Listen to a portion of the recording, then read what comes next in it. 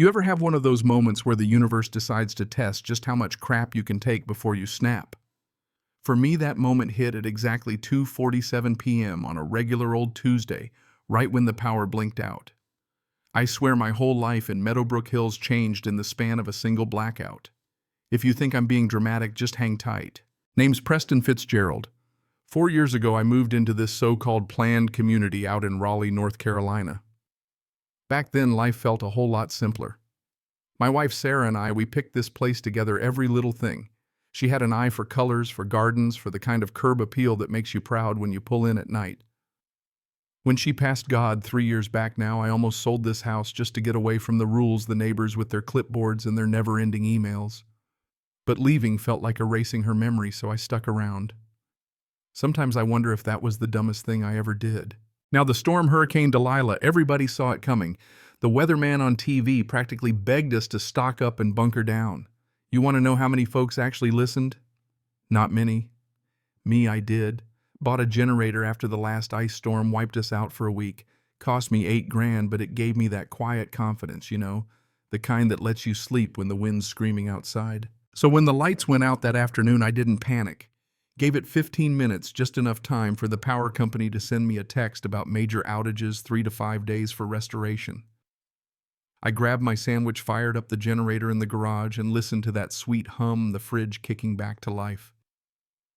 For about 2 hours, things felt okay. I had my sandwich, I had my lights, and outside the rain was lashing sideways, cozy in its own way. That's when I heard it, the kind of knock that says, "I'm not leaving until you answer." Opened my door, and sure enough, there stood Brenda Morrison. Rain plastered her hair, flat eyes, sharp as a hawk. She didn't bother with small talk. "Preston, you need to turn off that generator. It's disturbing the peace."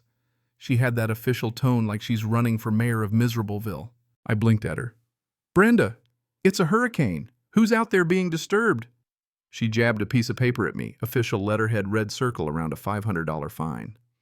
Noise violation. I'm standing there, the street empty, the wind howling, and she's got the nerve to talk about community enjoyment. We went back and forth. She hit me with the bylaws, I hit her with common sense. My generator wasn't half as loud as some of the mowers folks fire up at sunrise. "But those are for maintenance," she told me.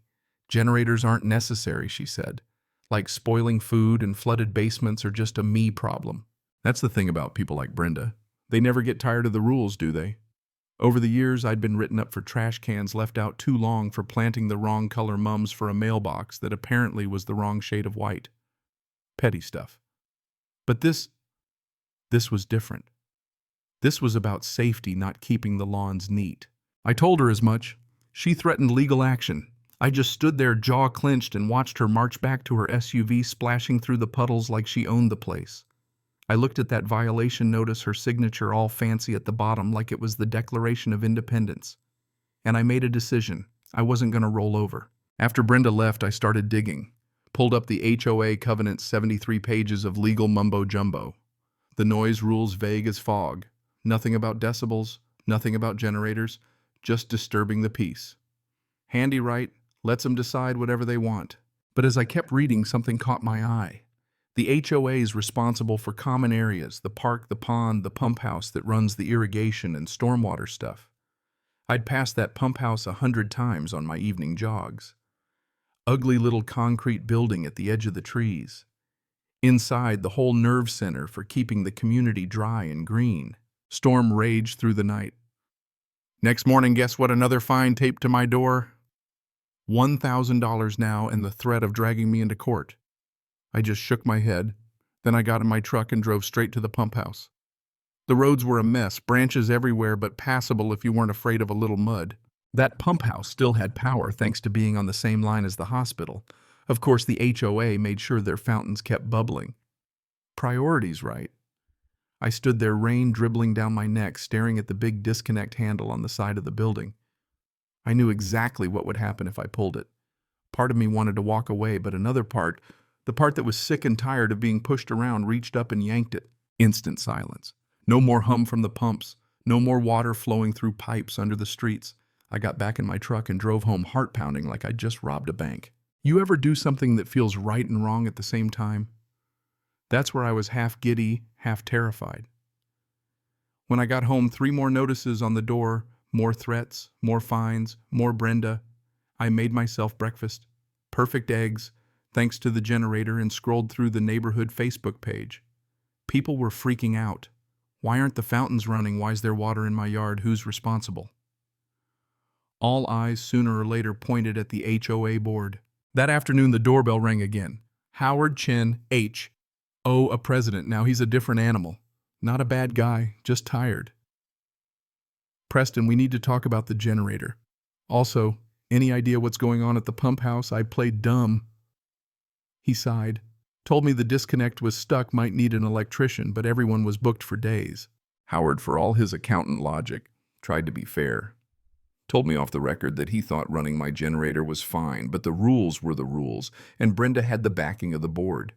We enforce what we've got until someone changes it.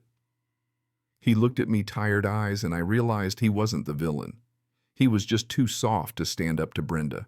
As the hours ticked by, things got uglier. Storm drains, clogged water, started pooling, lawns turned to swamps. The Facebook page was a circus, people blaming the board, demanding answers. Brenda finally posted, calling it a technical malfunction. Nobody bought it. And for a minute, I almost felt bad. Almost. On the 4th day, I got a letter, official this time, from a law firm downtown. The HOA was suing me for the generator fines, $2,500 now, and in a bold twist, hinting they had reason to believe I'd tampered with the pump house. Criminal charges, they said. My hands shook a little reading that. I called a lawyer, Patricia Holloway. She was sharp, with a look that said she'd heard every HOA horror story twice already. Listened, took notes, asked me straight out if I'd pulled the disconnect. I hesitated, then said yes. Patricia didn't flinch. You're a homeowner. You've got some rights to common property. The emergency shutoff's there for a reason. And unless you confess to sabotage, they'd have to prove intent. Her advice, stop confessing. Then she laid out the real fight, the generator fines. The rules are vague. They can't enforce what isn't written. You're on solid ground. We fired off a letter, disputed the fines, threatened to countersue for harassment. HOA doubled down, so Patricia made good on her word. We sued. Harassment, breach of duty, you name it. Word got out fast.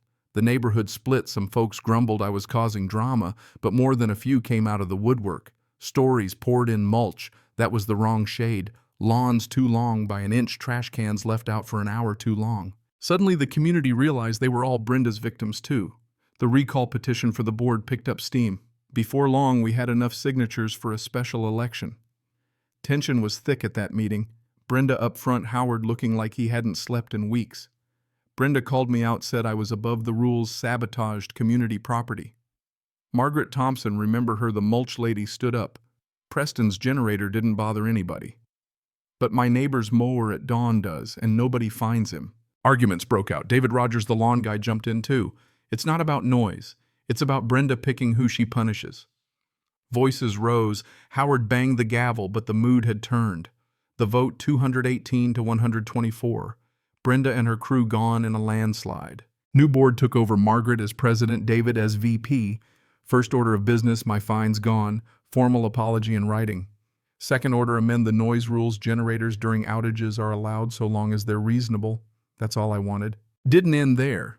The HOA settled my lawsuit out of court, paid my lawyer's fees, put it in writing that I'd never broken the rules. The pump house incident, new board let it slide. Margaret even pulled me aside, said, I know what you did. Don't do it again. But Brenda had it coming. We both laughed for the first time in months. You know, it wasn't all glory. It was months of stress, wondering if I'd be sued or worse. But I learned something about people. Stand up once and suddenly others find their backbone. Tom, my neighbor, told me later that watching me fight back gave him the guts to speak up. Margaret and David ran for the board because they saw change was possible. And Sarah, I used to think she'd have hated all this. But deep down I know she wouldn't have wanted to see me bullied in my own home. She'd have told me to pick my battles, but she'd have been proud I finally picked one that mattered. The neighborhood changed after that. Less focus on lawns, more on, actual neighbors. We had a barbecue, first one ever. No drama, just folks hanging out, kids laughing, people sharing stories. Margaret gave a little speech, nothing fancy, just reminding us that a community's built on looking out for each other, not on wielding rules like a club. Some months later, Margaret told me Brenda moved away, sold her house, left for a condo somewhere. I felt, what exactly, relief maybe, but also a strange sort of closure. I hope she finds peace. I mean that. Now every time I walk by the pump house, I smile a little. That disconnect. Still there, but now it's just a story, a bit of neighborhood lore. Remember when the pumps went out during the hurricane? Someone always glances my way, but nobody says a word. I kept Sarah's garden going, stayed in the house we built together. Sometimes new folks move in, hear bits of the story, how one guy fought the HOA and won. They don't always get all the details right. Doesn't matter. What matters is the message: don't let bullies run your community, even if they hide behind bylaws. Look, I'm not saying you should pull a stunt like I did. That was a risk, no doubt. But sometimes to remind people what the rules are really for, you have to break them. I'll never admit to it in public, but between you and me, it was the spark that forced change. So here's what I learned: you got to stand up for yourself. And when you do, you might just find you're not alone. The little stuff, trash cans, mailbox paint, it's not worth losing sleep. But when someone tries to take away your rights, your dignity over something as petty as a generator in a hurricane, well, that's a fight worth having. Let me ask you though, where's the line for you? When is it okay to bend or even break a rule if it means pushing back against something that's just plain wrong? Have you ever been pushed so far you had to push back even if it meant stepping out of line? I'd love to hear your story, because trust me, this kind of thing isn't as rare as folks pretend. Anyway, thanks for listening. I'm still here, still stubborn, and I'd do it all over again if I had to, because some things are worth fighting for. And sometimes that fight changes everything.